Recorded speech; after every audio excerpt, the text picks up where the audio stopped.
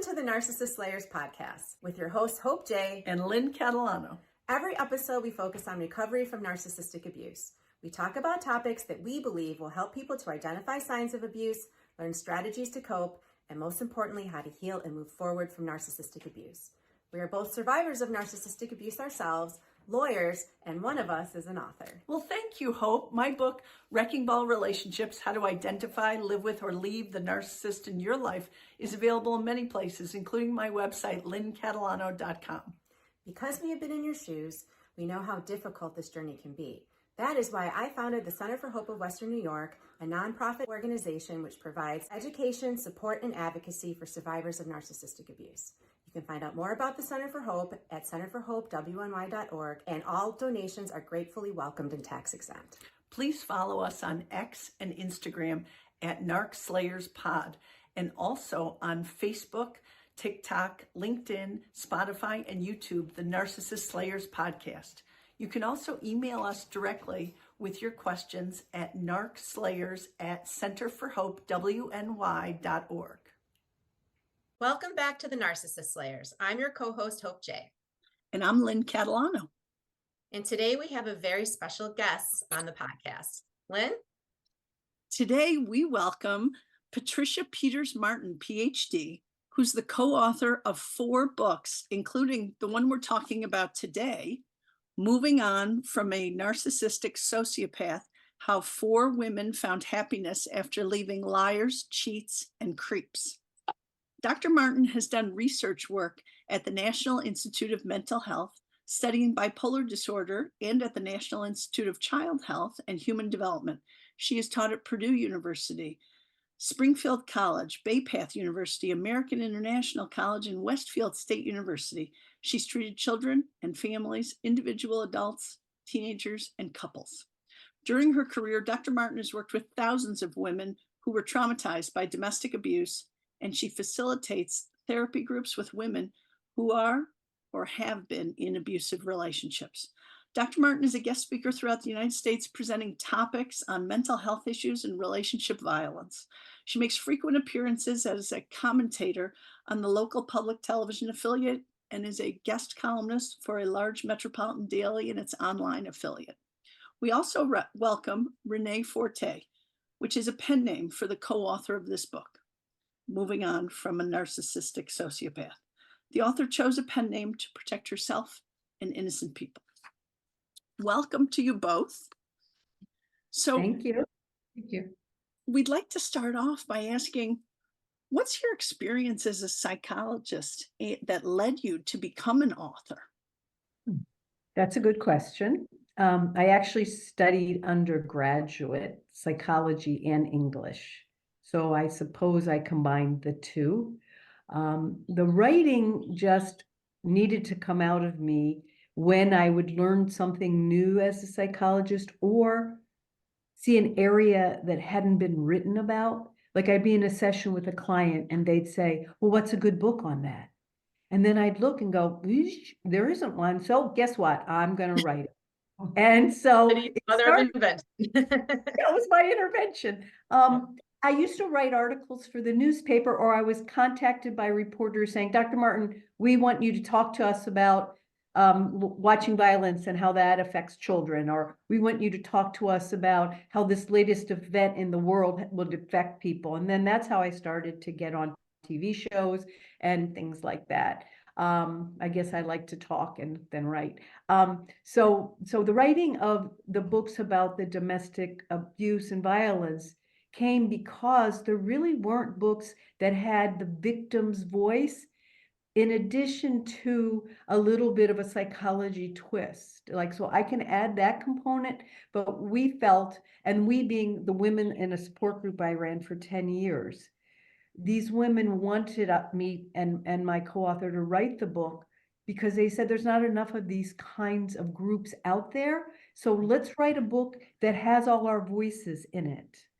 As a support group. As a support group. So this is Renee speaking. There were books from case studies from the doctor point of view, and there were some books, memoirs from the single victim's point of view as a survivor, but there were no books that we found that were from a support group with many voices and the dynamics among the women giving support with the psychologist present. And so we thought we'd do it. We do it ourselves. We fill the gap. Right. So that's where the writing came from. Excellent. Well, thank you. Thank you for that answer and the insight and that you put this book out into the world. I think it's incredibly helpful. I'm really interested in this organic support group, how that came to be. I don't know if you're aware of this, but the Center for Hope Western New York, we also have a support group that we offer that sort of came organically. And I'm very curious how that group formed, how you found the need for that group, and how you created that group and kept it going for 10 years. Okay, I'm happy to answer that question. One, in graduate school, and I went to Purdue, so I would say that's a pretty good clinical program. And then I studied at Georgetown undergrad. I never, ever had a course on domestic abuse. Just saying. So it's a very needed area. So a lot of our books are actually getting into curriculum now, which is, I'm very excited about that. But what happened is, so I'm in my practice in middle class Longmeadow, Massachusetts, and I'm assuming, I'm going to see a variety of women in my practice, and it's wonderful. But little did I know, because of my lack of training, that there's going to be a good percentage of women in this middle to upper middle class suburban area that are going to be in abusive relationships. Yeah, it crosses all socioeconomic status, right? Non-discriminatory, as I say. So I'm seeing women in my practice, including Renee, who are feeling so isolated, so alone. These are very bright women, all college educated, all pillars of their community, wonderful mothers, and they're just feeling like big losers. Like, what's wrong with me that I'm married to this psychopathic, well, they didn't know he was a psychopath, they just knew he was abusive. Right. Man. Or maybe didn't even know that they were in an abusive relationship, right? Oh, exactly.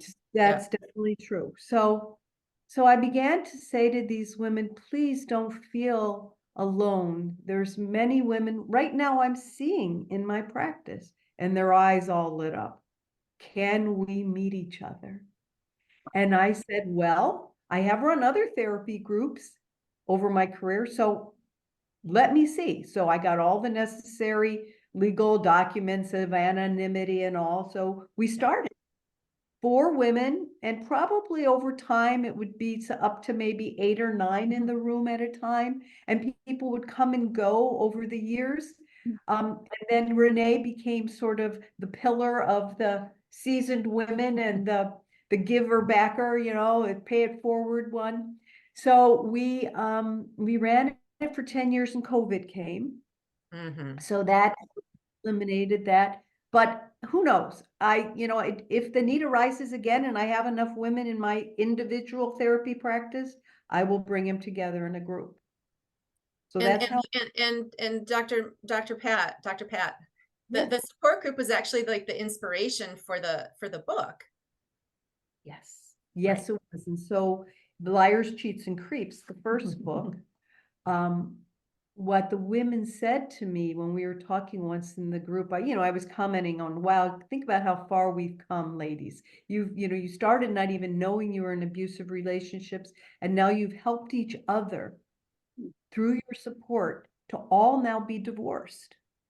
And so we've got to get this out there, Dr. Martin. There's not enough support groups around, so we should write a book. And in that session, I go, well, okay. And one of the members said, and we should call it Liars, Cheats, and Creeps. And they all agreed. Great name, Liars, Cheats, and Creeps. And, I shortened it LCC. And that's how the book began with, and then my co-author, who is a wonderful writer and poet, and we included a lot of her poetry in both books. I just have to. And whenever I give a talk, I always say one of her poems because I just think she's wonderful. And so that's how we started Write Together. And Renee would write a lot of the women voices, and I'd write some of the voices, but mostly I would write as the support group leader. Very good. You know, Dr. Pat, Hope and I talk a lot about people who suffer from narcissistic personality disorder. We talk about narcissistic abuse from individuals through romantic relationships, siblings, parents, friends, and workplace issues. But you specify in this book that these individuals suffered not only from NPD, but they had sociopathic behaviors. Could you please explain this to our audience? Sure. I still use the term sociopath. In the DSM-5, which is the Diagnostic and Statistical Manual, over my career, it has changed from DSM-3 to DSM-4. Now it's in DSM-5.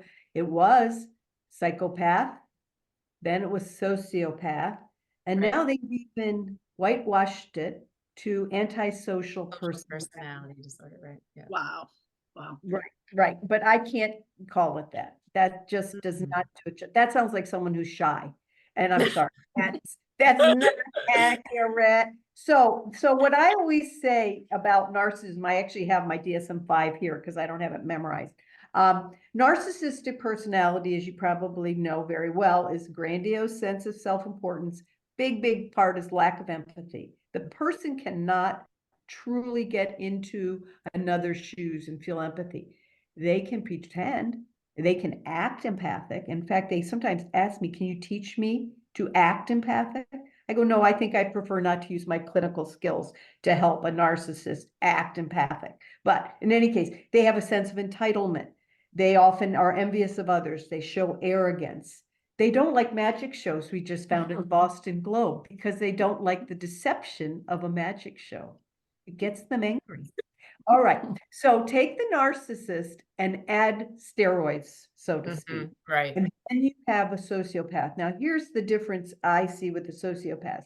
These are people who have failed to show and conform to social norms and respect lawful behavior as indicated by repeatedly performing acts that are grounds for arrest, such as being in contempt of court. Yeah. Basically laughing in the face of the law. That's a sociopath. Not all narcissists would be like that. Right. Sociopath would. They will be more deceitful. They will have reckless disregard for safety of self and others. And they will truly have no remorse. So there's what I see a lot of the men that are with the women that I did the support group having more than just narcissistic personality. Prostituting women. Women. Those are the illegal activities that we speak of. And Renee, actually, that was part of her story, was finding out that her husband was seeing thousands of prostitutes and she had gonorrhea. Right. From him. Right. So there's some very, very dangerous people out there, and they're walking the line. A lot of them blend into society, but when we're talking about the narcissistic sociopath, we're really talking about the person who is, like you said, the laws don't apply to them. And we you know, that there are more, I don't know if you have statistics, Dr. Pat, but there are more of these people out there than I think the general population understands. The DSM-5 will say antisocial personality in males is 3% of the population and 1% of the female population.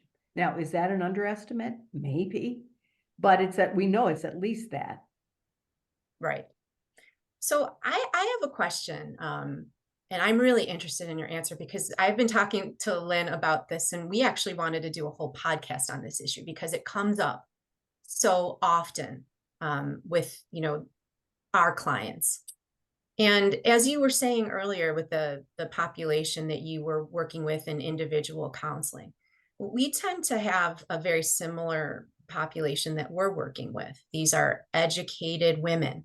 These are successful women. These are women who are successful in pretty much every area of their lives, and then fall into these relationships with these narcissistic abusers. And it seems to be a pretty common thing. And, I always try to console people by telling them that, anybody can be susceptible to a narcissist. It doesn't have anything to do with your intelligence, your emotional intelligence. And so I think you talk in your book about why accomplished, smart women, fall for these narcissistic men. And I just hope that you could elaborate more on that. I'd be happy to. Okay. Because sometimes that's one of the biggest questions the women will ask me is, why did this happen to me? Right.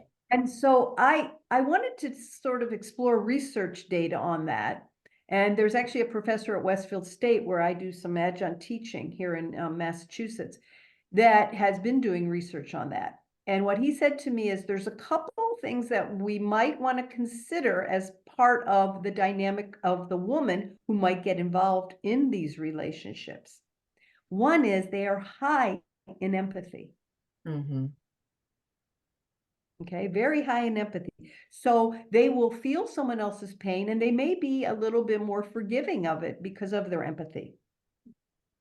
Another component that he found was they are often women that didn't have a lot of dating experience.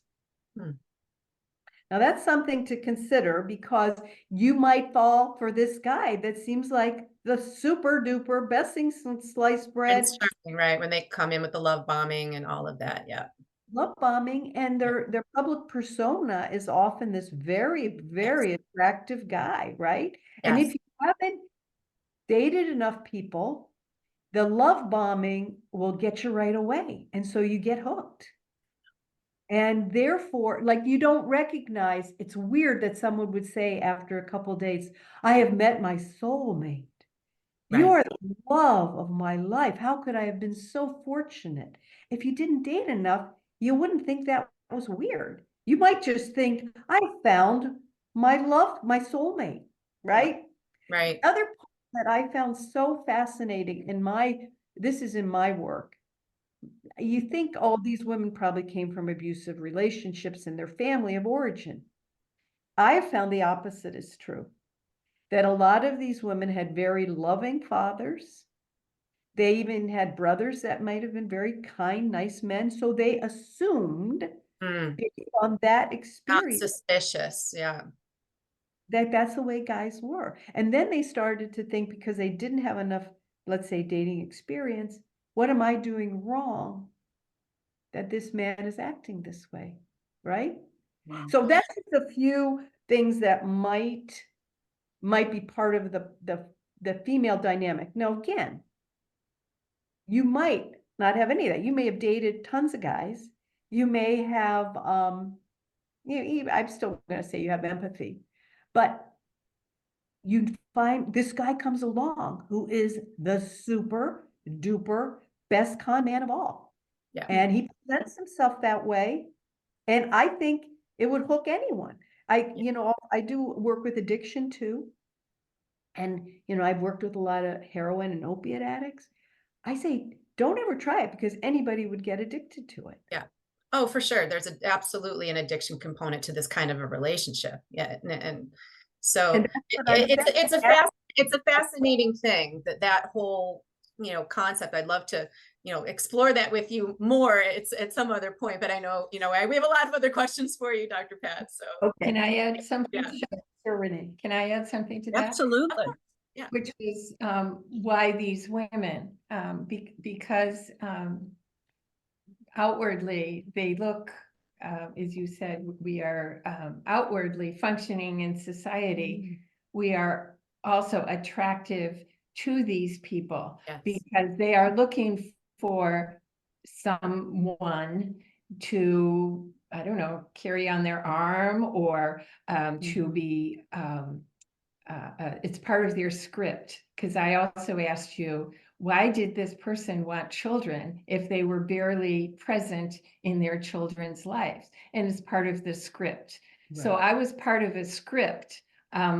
He needed a wife and some children to perform in a certain way. And he needed a wife with a college degree that did volunteer work. And, you know, so I was a target. I didn't know that. And so that was part of it. And I also had a nice father, and I would never in a million years have suspected that someone would lie to me. Why would my husband ever treat me that way? So I was very unsuspecting. Well, Thank you. Renee, you talk about something that I really related to in this book. Dr. Pat, you speak of the narcissist wives as props, as stage props.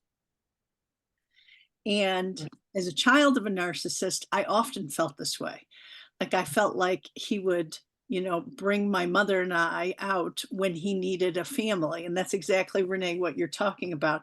You know, I think it was Hope that told me she had heard it referred to as impression management. And I had never heard that term. I was very impressed by that term, because I think they could all be the directors of impression management, right? Because that's what's important, is their image. And Right. so, Dr. Pat, Renee, please expand on that. I know, Renee, Yeah, you. I think that's a wonderful, Renee hit on it with Yes. feeling like she was a prop. But the other thing is related to the children. They're the props. Look at my child, they're in a play. They're in a play. I will go to that play and I will be the loudest person in the audience, for sure. Yep. Or I will be on the soccer field going, that's my boy. Not, the child loses their sense of identity as well, right?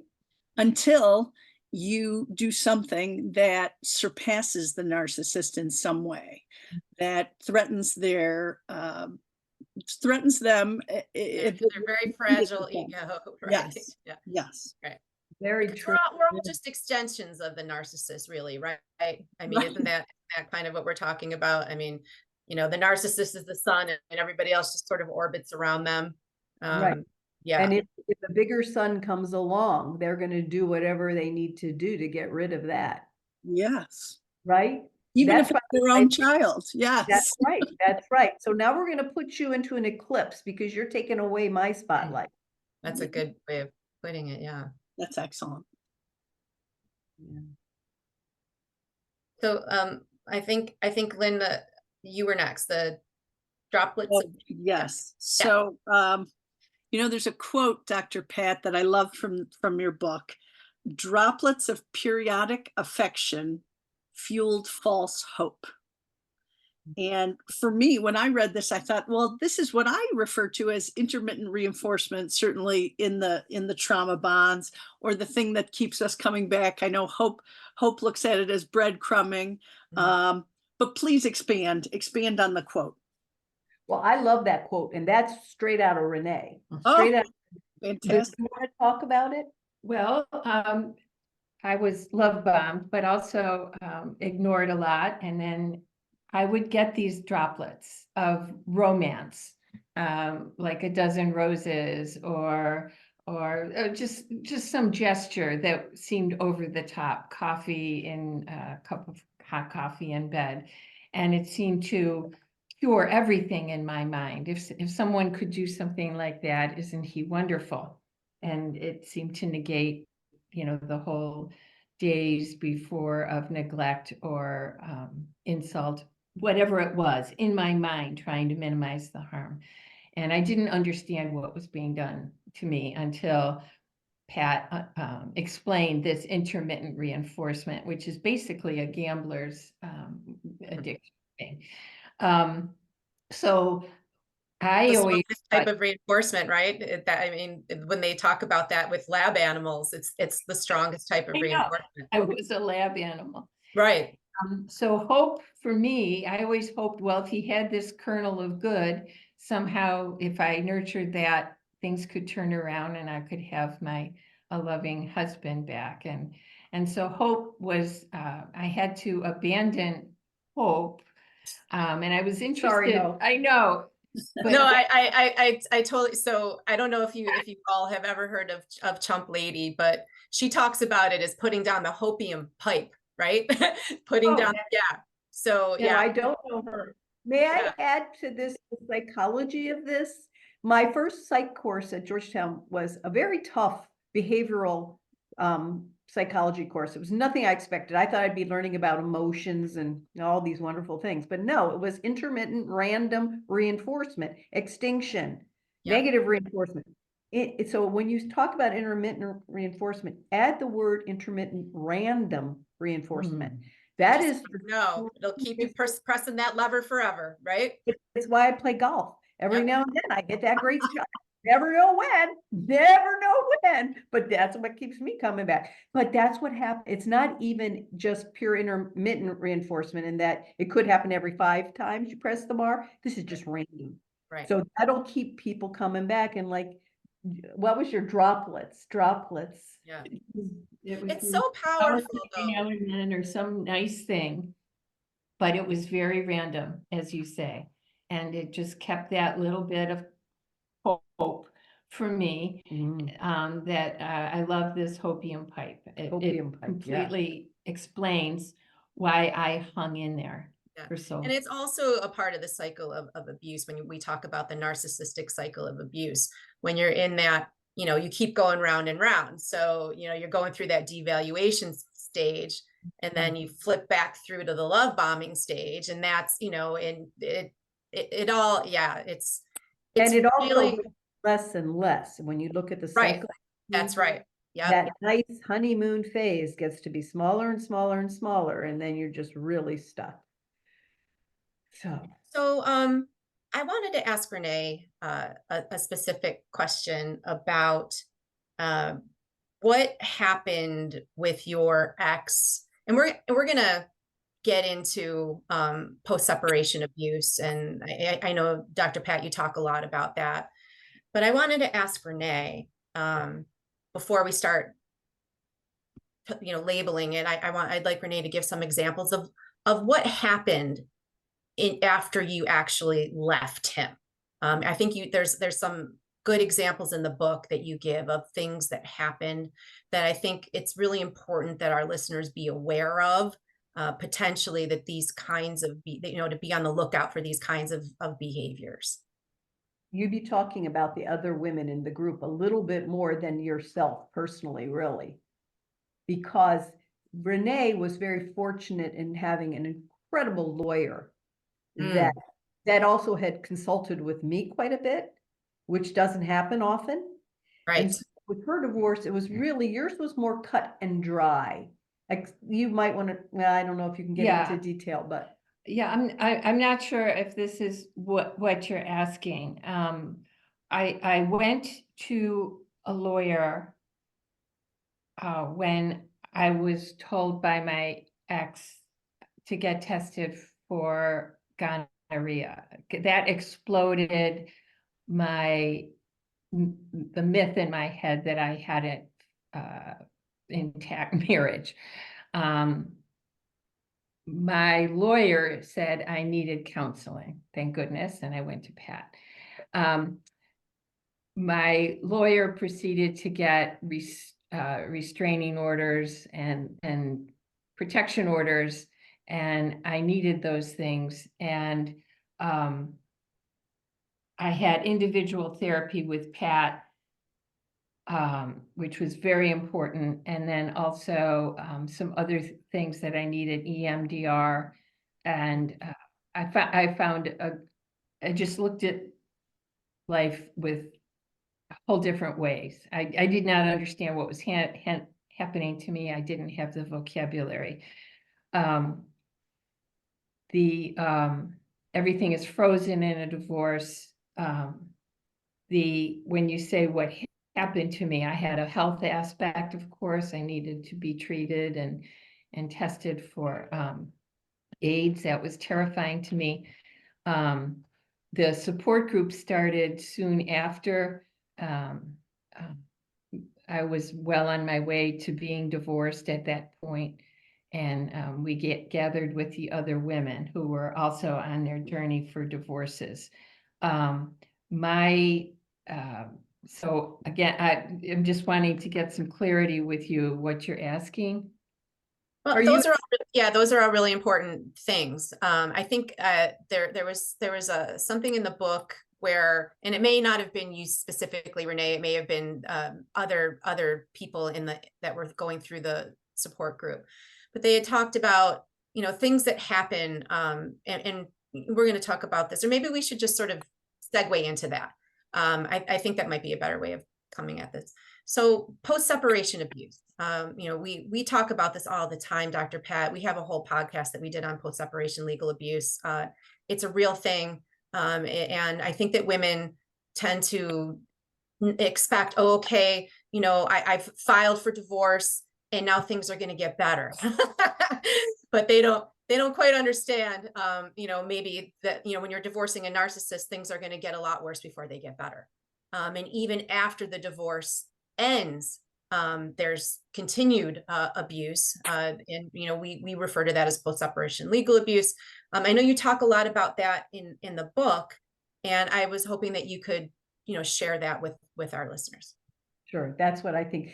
For what I was starting to say about Renee was she was fortunate. Her lawyer made sure she had finances were cut. In other words, she got a lump sum settlement, so she did not have to deal with the abuser anymore related to money. Her children were adults and had decided not to have a relationship with the father. So she was one of the fortunate people. Yes, that is fortunate. Yeah. Sociopath that can have no contact, which is our number one rule. If you can, no contact. But here's the reality. If you have children and you still have to deal with visitation issues, if you are still in a financial arrangement with the narcissist, if it's alimony or even child support, those are all things that are going to come back to haunt you when you divorce a narcissist sociopath, because they're going to hate that they lost control of you. Right. So using the court system keeps them connected to you. We just did actually a presentation. We were very, it was a very positive experience for us, for the Hampden County Bar Association, to try to educate lawyers and judges about narcissists and how they're going to abuse the system. So Yes. you should be aware. So children. So Dr. Pat, I would love to, this is something that I've been struggling with as an attorney, wanting to educate other people in the court system about this. I didn't realize that this is something that you guys were doing, that the two of you were doing and going around and talking to the bar association. So I think that's fantastic. We'd love to family court system. Yeah. New York has at least been one of the states that has gone with extending abuse to coercive control. Yes. Now, Massachusetts is still in the House and the Senate to get that done. We only have 7 states that are dealing with the coercive control piece. So it was very well received by the Hampden County Bar. And now we're going to probably go more into family law groups. So Yes. if you think that would be beneficial, happy to do that. But yeah, it's really, the whole thing is, I think that the con is conning the legal profession too. Yes. Oh, absolutely. Yes. Right. So we were just, one of the women in our group was being brought back because the guy just decided for over 30 months, I'm not paying you your child support. Just, not gonna, because I don't believe I have to follow the law, right? No consequences. So right, and there's that sociopath piece. Yeah. And so what happened with that case is, and we tried to support this woman saying, go for a settlement. Do not have any more alimony with this guy. Do not leave him any leverage in that. Just get a settlement. And so we have made some suggestions what would help: settlements, wage garnering. I am an advocate when they send you to these parent trainings.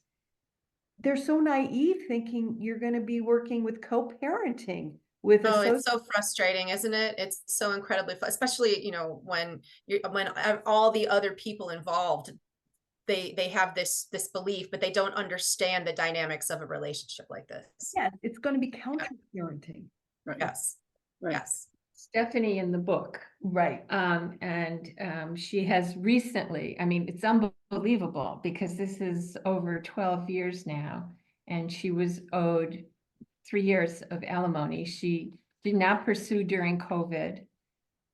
She couldn't believe what was happening. she needed to go back to a lawyer and proceed, and it did end that she got a lump sum settlement and just it's done. couple So now months ago. she can do no contact, Mhm. which is, the ultimate goal if you can. Now Now, I don't know if you come across this, but one of the issues also post-separation is abuse by proxy, where the children, and frequently the young male children, become very hostile toward their mother. Yes. They become, in essence, a replica abuser, the mirror image of their father. Unfortunately, I have seen that happen on multiple different cases, and it's very, very sad. It's very, very sad. And, these are women who have been good mothers, Yes. who hate to come to that point of saying, I may have to block contact with that child. Wow. Dr. Pat, I'd love to ask Renee a question about the advice that she has for our listeners about flipping the script. It was easy for me to look upon my 27 years of marriage to what I came to understand was to a narcissistic sociopath, and look at that as wasted 27 years. Look at my 4 beautiful children and just be horrified that I chose a terrible father for them, to just think of all the bad things that I had done and mistakes, and that makes me barely want to get out of bed. And I share in the first book that I did want to end it all on a couple of occasions. Flipping the script. Well, I found a way out through Pat Martin. She gave me a life raft. She gave me a different way of looking at things, flipping the script. I have years left in me. My goodness. I have children that love me. I apologize to them, and they've given me forgiveness. I've worked on forgiveness of myself. I did make mistakes. I did hang in there too long, but I was conned, and he was very good at it. Pat keeps reminding me that he was a master manipulator, and I wasn't the biggest fool on planet Earth. He's fooled a lot of people, and again, I've just worked on forgiving myself. In the second book, I shared that I have one grandchild now, and the one date of the year that I didn't want this baby to be born on was my wedding anniversary, and the baby was born on my wedding anniversary. So flip the script. This baby has completely nullified this as being the worst day of the year. It's now a beautiful day of the year. Yeah. That's great. That's great. Just flip the script, and as a one wise woman said, once you know better, you do better, and that's a hopeful thing. So I went from thinking what a dupe I was for keep hoping I could change him, to now I am glad for the hope that I still have opportunity to live a full life. So I have new interests, and I'm just doing old things better. It is a hopeful time. That's awesome, Renee. Thank you. Thank you so much. So, Dr. Pat, Renee, where can our listeners get your book? Amazon. We also are published by Norlights Press. It's a small indie press out of Indiana, so you can get it there, but it's on Amazon, and it would, I think moving on from a narcissistic sociopath should pull it up, and Patricia Peters Martin will also get you there. So we appreciate that, as well as Liars, Cheats, and Creeps is on Amazon as well. And it's an easy read. And they're both easy reads. We wrote them so that you can pick them up and you can go to an area that says, oh yeah, I really want to understand about this. It'll hopefully bring you right in. Wonderful. So thank you so much. Thank you so much for everything that you're out there doing for survivors of narcissistic abuse. Thank you so much for appearing on our podcast today.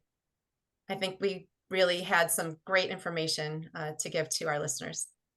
Thank you. So, Your work, Yes. because you support the women, and every woman needs to know that they're not alone and they're not Yes. stupid. go narcissist slayers. Thank you.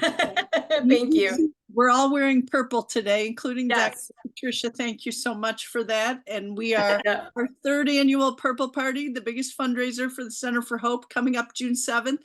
Check out our websites, centerforhopewny.org for more information. Thank All you. right. Thank you.